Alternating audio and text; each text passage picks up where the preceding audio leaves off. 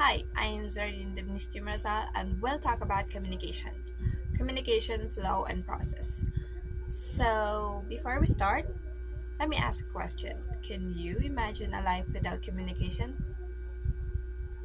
Certainly not. So, let's talk about it. Communication etymology comes from a words which is communist, which is communist, and communicare, which means to share. Those are the two etymology of communication.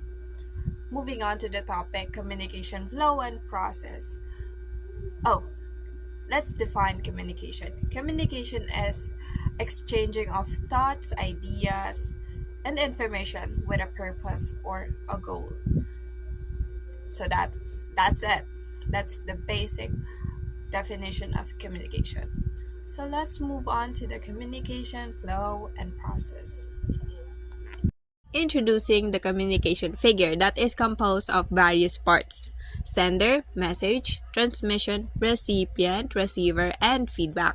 The sender is the person who is delivering a message to the receiver. So I'll show you this comic that I made. Introducing Elise. She is the sender of our example. So Elise will generate the idea, or the sender will generate the idea and then encodes it and then deliver it to Denisse. Denisse is the receiver of our model. So therefore, we will go to the transmission, which is the method of delivering the message. So they are in a face-to-face situation wherein Elise will say something to Denisse.